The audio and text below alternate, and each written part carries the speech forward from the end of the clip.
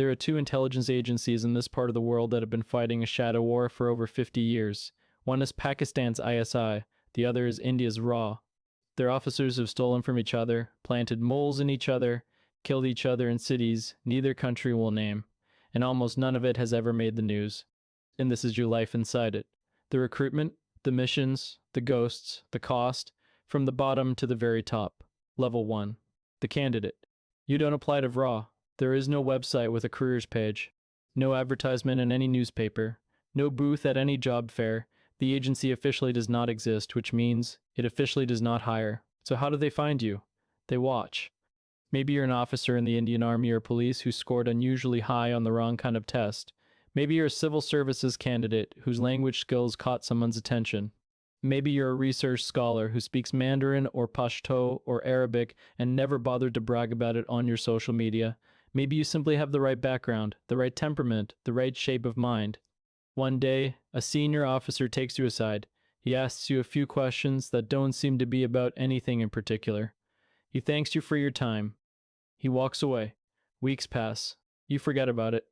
Then a letter arrives, or a phone call, or a man in plain clothes asks if you'd be interested in a different sort of career. You report to a building with no sign.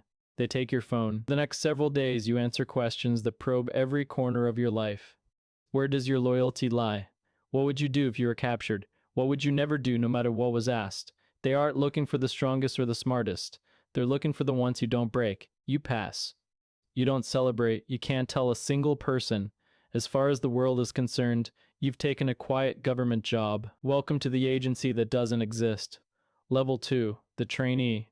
They send you somewhere you can't name. For the next year, this place is your entire world. You wake before dawn, you run until your lungs burn. But the body is the easy part. The real training happens in classrooms and on streets you've never seen. You learn tradecraft, the craft of the shadow. How to spot a man following you in a crowded market. How to lose him in 3 turns. How to leave a message that only one other person on earth will ever find. How to read a face and know when it's lying. You learn languages you didn't know you could learn. Not just the grammar, the accent, the slang. The way men from one region argue about cricket differently from men from another. The hand gestures, the jokes. The cultural references that mark you as a local or expose you as a foreigner. You learn surveillance. They send you into a city with a photograph and a single instruction. Follow this person for 8 hours and don't be seen. You fail the first time, and the second, the woman selling vegetables was watching you the entire time. She was one of them. You walked too quickly. You looked back once. Amateur. You learn to disappear into the ordinary. The recruit who needs to feel important is sent home. The one who wants credit is sent home. They keep the gray ones. The ones a room forgets the moment they walk out of it. You graduate to no applause, no certificate. Just a posting, a new identity, and a sentence you'll carry the rest of your life. From now on, you carry secrets that could end you. Level 3. The field officer. Your first real posting. It might be inside India, watching threats at home, mapping networks, tracking people who want to hurt your country from within. Or it might be abroad, where the real prize is. Officially, you're a diplomat, a trade attaché, a junior officer at an embassy. Your name appears on a list of innocent functionaries. You attend receptions in uncomfortable suits and make small talk with people you are secretly evaluating. Unofficially, you run sources. A source is anyone with access to something India wants to know. A clerk in a hostile foreign ministry, an officer in a rival army, a businessman who travels to places Indians can't easily reach. You identify them. You study them. You learn their habits, their weaknesses, their pressure points. Everyone has one. Money, ambition, anger, fear, belief. Your job is to find it and press, gently. Force breaks people. You don't break a source. You own one. Your first recruitment takes months. He's a low-level official with debts and a wife who's left him. You don't threaten him. You become the only friend he has. You listen. You buy the tea. You help him in small ways. And one day, almost casually, you ask him for a favor. Just one document, nothing important. He says yes. After the first yes, every yes is easier. You file your report. Somewhere in a building that doesn't exist, a senior officer reads it and remembers your name. Level 4, the counterintelligence officer. Now they trust you with the darkest work in the building. hunting the enemy inside your own house. Foreign agencies are always doing to India exactly what India does to them: recruiting officials, turning officers, building networks inside the very services meant to protect the country.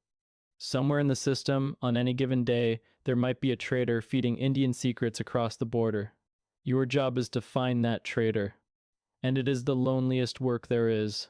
Because to find a mole, you have to suspect everyone: your colleagues, your mentors, the officer who trained you, the friend who vouched for you when you were recruited.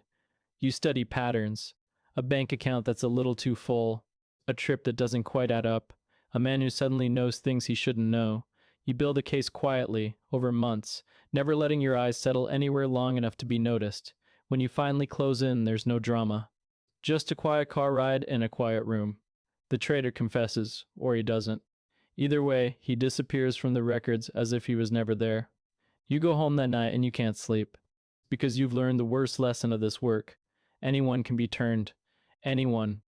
Including, on a bad enough day, you. Level 5. The handler abroad. They send you to the place that matters most. A foreign capital where India has interests, enemies, or both. You operate far from home, far from any backup. Officially, you work at an embassy. You have a desk, a badge, a small diplomatic shield. If you're caught doing what you really do, you'll be expelled, embarrassed, sent home, your career intact. But the agents you run have no such protection. If they're caught, they vanish into prisons no lawyer can reach, into rooms no journalist will ever see. You carry that weight. Every source you handle is a life you were gambling with. You spend years building networks. A scientist here, a military officer there, a journalist who travels to interesting places, a businessman with the right friends.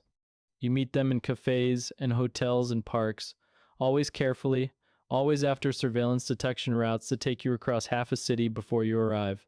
You write reports that go home through channels designed to vanish. Encrypted, bounced across the world, decrypted in a windowless room in Delhi by people you'll never meet. You miss your daughter's first steps. You miss funerals. Your family thinks you have a quiet diplomatic posting abroad. They have no idea that the information you've been sending home, slowly, over years, has been shaping decisions at the highest levels of the Indian government. You are one of the most important Indians in this part of the world, and no one will ever be allowed to know. Level 6, the cross-border operator. This is the level no one talks about, the one that doesn't appear in any official description of what RAW does. You operate inside countries that are not officially at war with India, but are also not friends. You build networks among people who would be killed if anyone knew they spoke to you. Sometimes you fund movements that destabilize India's enemies. Sometimes you simply gather intelligence in places no diplomat can reach. This is the work that fills the rumors, the whispered stories of operations that may or may not have happened, the senior officials in hostile countries who suddenly fell from favor, the militants who somehow never returned from a meeting they were sure was safe, the documents that appeared, mysteriously, in the right hands at the right time. You can't ever talk about any of it, not to your spouse, not to your closest colleagues. The operations live in files that won't be unsealed for decades, and even then, only the smallest details will ever see daylight. You do this for years. You age faster than your friends back home.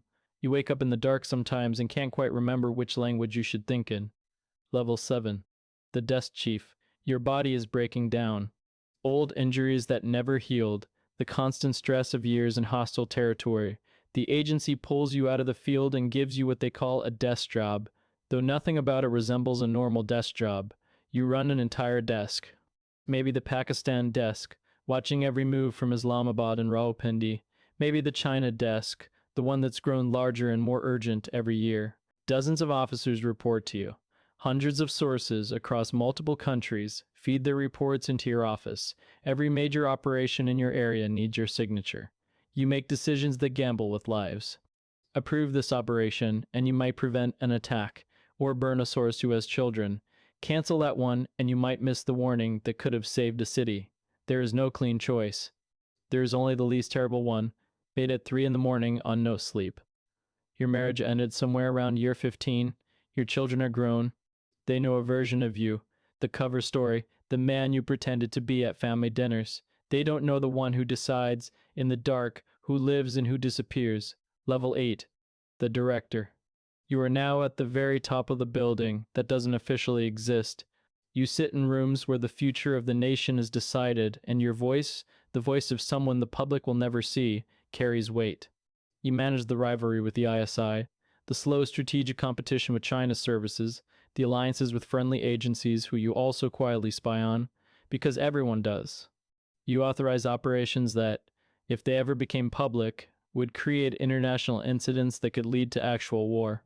You also prevent attacks that would have killed thousands. You sleep 4 hours a night. You haven't taken a real vacation in years. The weight never lifts because there is always another threat, another impossible decision, another night. Level 9. The Ghost. After more than 30 years, it ends. There is no public ceremony, no press conference, no memoir. You sign papers promising you'll take everything to your grave. You're invited to a small gathering in a windowless room. A few colleagues say a few words. You receive an award you can never display for service to a country that will never officially acknowledge what that service was. You move to a quiet house.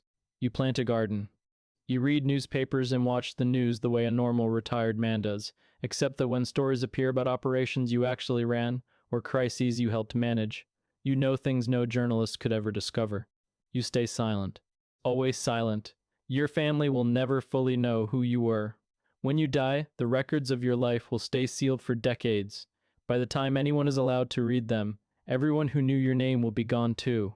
That is the trade. That has always been the trade. And somewhere tonight, in a university hostel or an army cantonment or a quiet village, a young person is being watched. Someone scored too high on the wrong test. Someone said the right thing to the wrong stranger. They are dreaming of serving their country. They are imagining something glamorous, something out of a film. They have no idea what they're really signing up for. The loneliness. The impossible choices. The weight of secrets that will hollow them out and fill them back up with shadows. But they'll learn. They always do. A plain envelope. A tap on the shoulder. A question they don't understand. And the cycle begins again.